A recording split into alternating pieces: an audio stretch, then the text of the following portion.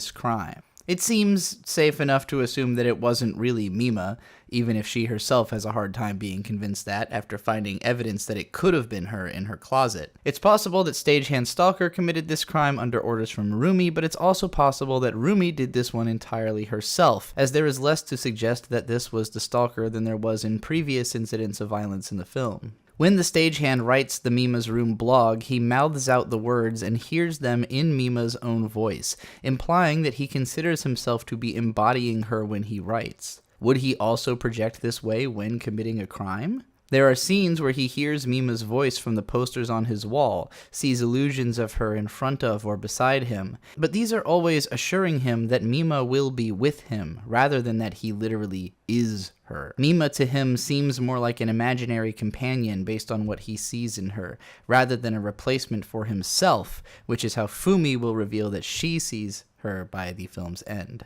I think that whenever someone becomes obsessed with a thing, it is because they see a huge aspect of themselves in that thing.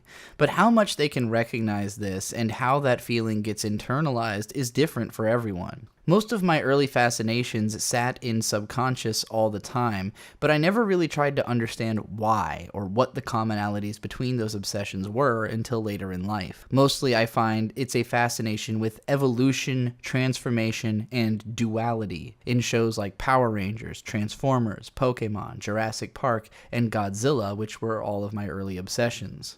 Although Fumi and the stagehand connect to Mima in different ways, I think there is coordination in their mental image of her, with stagehand's perception also being warped by Fumi pretending to communicate with him as Mima. It's never clear if Rumi has always been writing to this guy as Mima to give him the info that he uses on the site, since it's so intimate and particular, or if he really has managed to find a way around her that much, given that he does tend to turn up a lot as a hand on her productions even before Mima starts hallucinating him there. Either way, it's obvious that both of these people idolize a similar version of Mima and that they are working together against the stagehand's knowledge to try and bring her back to life.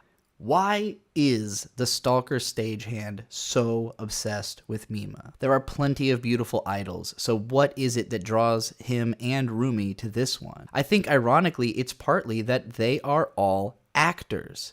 They're all dissociatives with their own disconnects from reality that they recognize in one another subconsciously. This is something that only Mima knew about herself already, though, and which the other two want to deny. How many of my fans who hate me after transition do I think are battling with their own feelings of dysphoria, but believe that transition is running toward mental illness instead of running away from it? Most of them. The only reason